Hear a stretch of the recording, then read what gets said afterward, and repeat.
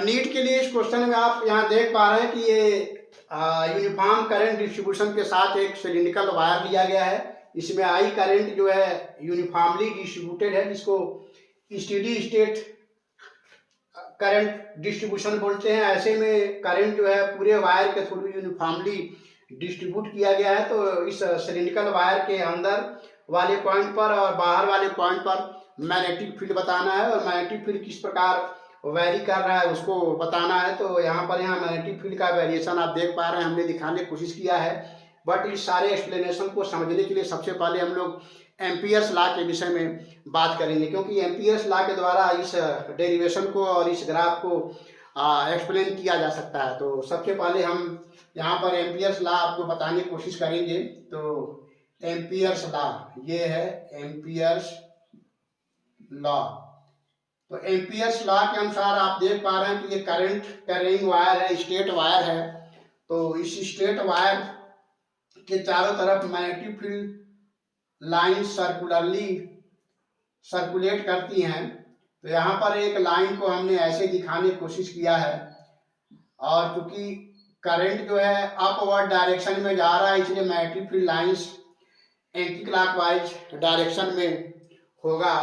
तो इस वायर से r डिस्टेंस पर यहाँ पर हमको मैग्नेटिक फील्ड का एक्सप्रेशन बनाना है और एम्पियर्स लॉ लिखना है। तो यहाँ पर मैग्नेटिक फील्ड होगा B, और इस लूप का जो छोटा सा लेंथ लेंगे dl, तो B डॉट dl दोनों का क्लोज इंटीग्रल इस मैग्नेटिक फील्ड लूप के अंदर जो करंट कैरिंग वायर है उसमें फ्लो होने वाला करंट इंटू म्यू नॉट।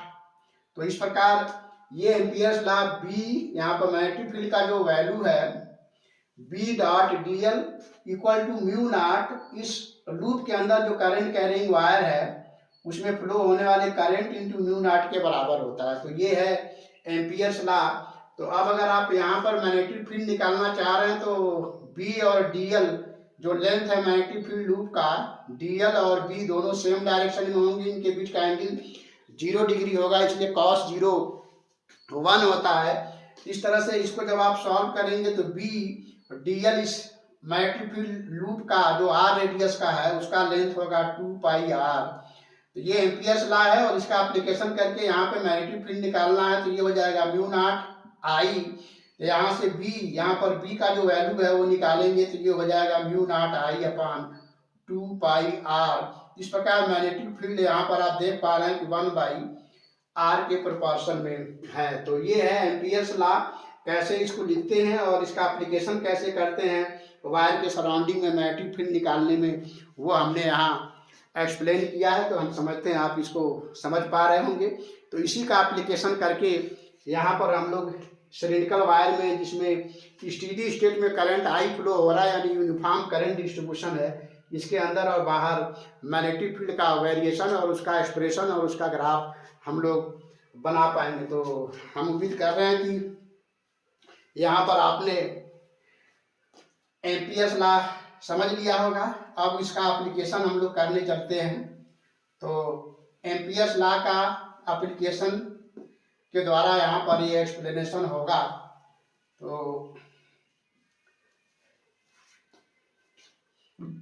अब इस वायर में हम लोग एम्पियर्स लॉ का एप्लीकेशन करते हैं। तो आप देख पा रहे हैं कि ये जो सिलिंड्रिकल वायर है उसका रेडियस कैपिटल R है। अब इसमें टोटल करंट I फ्लो हो रहा है। तो इसके अंदर वाले पॉइंट पर यहाँ पर हमें मैग्नेटिक फील्ड निकालना है।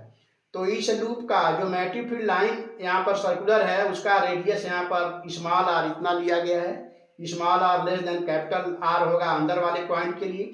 अब बाहर अगर यहाँ पे पॉइंट लेंगे तो small r equal to r greater than capital R होगा। तो अभी हम अंदर वाले पॉइंट के लिए मैग्नेटिक फील्ड निकालते हैं। तो करंट का डिस्ट्रीब्यूशन इस r रेडियस के सर्कुलर क्रॉस सेक्शन में I है। तो यूनिट एरिया में कितना करंट जा रहा है उसको करंट डेंसिटी कहेंगे, क्योंकि एरियल करंट डेंसिटी है, इसलिए इस स्मॉल r रेडियस का जो क्रॉस सेक्शनल एरिया है इसके अंदर कितना करंट जा रहा है इसको हमने डॉटेड यहाँ पे दिखाया हुआ है। तो लेट इसके अंदर जो करंट जा रहा है वो I1 है। यहाँ पे देखिए I1 हमने दिखाया है।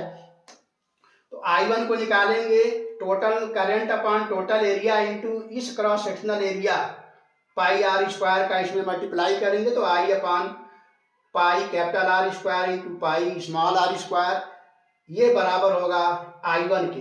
तो इसको आगे आप सॉल्व करेंगे तो I1 हो जाएगा I into small are by capital are का होल स्क्वायर। अब यहाँ पर मैग्नेटिक फील्ड निकालना है तो मैग्नेटिक फील्ड यहाँ पर बी इनसाइड और इस लूप का छोटा सा लेंथ लेंगे डीएल, ये भी दोनों सेम डायरेक्शन में होंगे। तो बी डॉट डीएल का क्लोज इंटीग्रल करेंगे तो म्यू टाइम I1, इस क्रॉस सेक्शनल एरिया में जितना करंट जा रहा है उसके म्यू टाइम I1 के बराबर होगा बी इनसाइड डॉट डीएल का क्लोज इंटीग्रल, जिसको हम एम्पियर्स लॉ कहते हैं। अभी हमने एम्पियर्स लॉ बताया था। तो यहाँ पर बी इनसाइड की वैल्यू और डीएल जो ये सर्कुलर क्रॉस सेक्शन है, इसका जो मैग्नेटिक फील्ड का टोटल जो लेंथ होगा 2 पाई आर के बराबर होगा, जहाँ R less than capital R है, क्योंकि हम लोग अंदर वाले पॉइंट पर यहाँ मैग्नेटिक फील्ड निकालना चाह रहे हैं। तो B inside into 2 pi are equal to mu time mu naught I1 की वैल्यू यहाँ रखेंगे mu naught I into small are by capital are का होल स्क्वायर। अब स्मॉल आर और एक स्मॉल आर कैंसिल हो जाएगा तो बी इनसाइड यहाँ पर जो आएगा वो mu naught I small R upon 2 pi capital are का होल स्क्वायर आएगा, जहाँ पर small R less than capital R है, क्योंकि अब हम लोग अंदर वाले पॉइंट पर मैग्नेटिक फील्ड निकालना चाह रहे हैं। तो मैग्नेटिक फील्ड आप यहाँ पर अंदर देख पा रहे हैं प्रोपोर्शनल टू स्मॉल आर आ रहा है।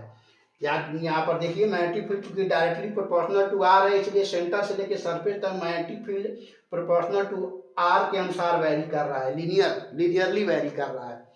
अब हम लोग बाहर वाले पॉइंट पर मैग्नेटिक फील्ड निकालना चाहेंगे। यहाँ पर R greater than R equal to capital R है। तो यहाँ पर जब हम लोग निकालेंगे तो एम्पियर्स लॉ का फिर एप्लीकेशन करेंगे बाहर वाले पॉइंट पर मैग्नेटिक फील्ड डॉट डीएल, यानी ये जो सर्कुलर लूप है उसका छोटा सा लेंथ, और ये चूंकि मैग्नेटिक फील्ड भी यहाँ पर सर्कुलर ही होगा तो मैग्नेटिक फील्ड इंटू डीएल का dot product mu naught into total, इस लूप में बाहर वाले जो लूप में करंट जा रहा है वो टोटल आई जा रहा है, क्योंकि ये सर्कुलर लूप जो है पूरे सिलिंड्रिकल वायर को सर्कुलेट कर रहा है। तो इसके अंदर बाहर वाले एम्पेरियन लूप इसको कहेंगे, इसके अंदर पूरा का पूरा करंट जा रहा है तो म्यू नॉट आई होगा। तो यहाँ फिर B 2 pi are equal to mu naught I लिखेंगे तो बी की वैल्यू हो जाएगा mu naught I upon 2 pi r. इस प्रकार आप देख पा रहे हैं कि 1 बाई आर के अनुसार बाहर या सरफेस पर मैग्नेटिक फील्ड की वैल्यू जो है 1 बाई आर के अनुसार वैरी कर रहा है, जहां पर R greater than capital R, R equal to या इक्वल टू कैपिटल आर है। तो आप यहाँ देख पा रहे हैं कि बाहर यहाँ से बाहर मैग्नेटिक फील्ड 1 बाई आर के अनुसार या इधर 1 बाई आर के अनुसार मैग्नेटिक फील्ड वैरी कर रहा है। और बी और 1 बाई आर में ग्राफ इस तरह से होता है, रेक्टेंगुलर हाइपरबोलिक। तो इस तरह से आप यहाँ देख पा रहे हैं कि एम्पियर्स लॉ का एप्लीकेशन करके सिलिंड्रिकल वायर जिसमें यूनिफॉर्म करंट डिस्ट्रीब्यूशन है, तो सेंटर से लेके सरफेस तक proportional to R magnetic field vary कर रहा है। अब बाहर मैग्नेटिक फील्ड जो 1 बाई आर के अनुसार वैरी कर रहा है, तो इस तरह से ग्राफ होगा।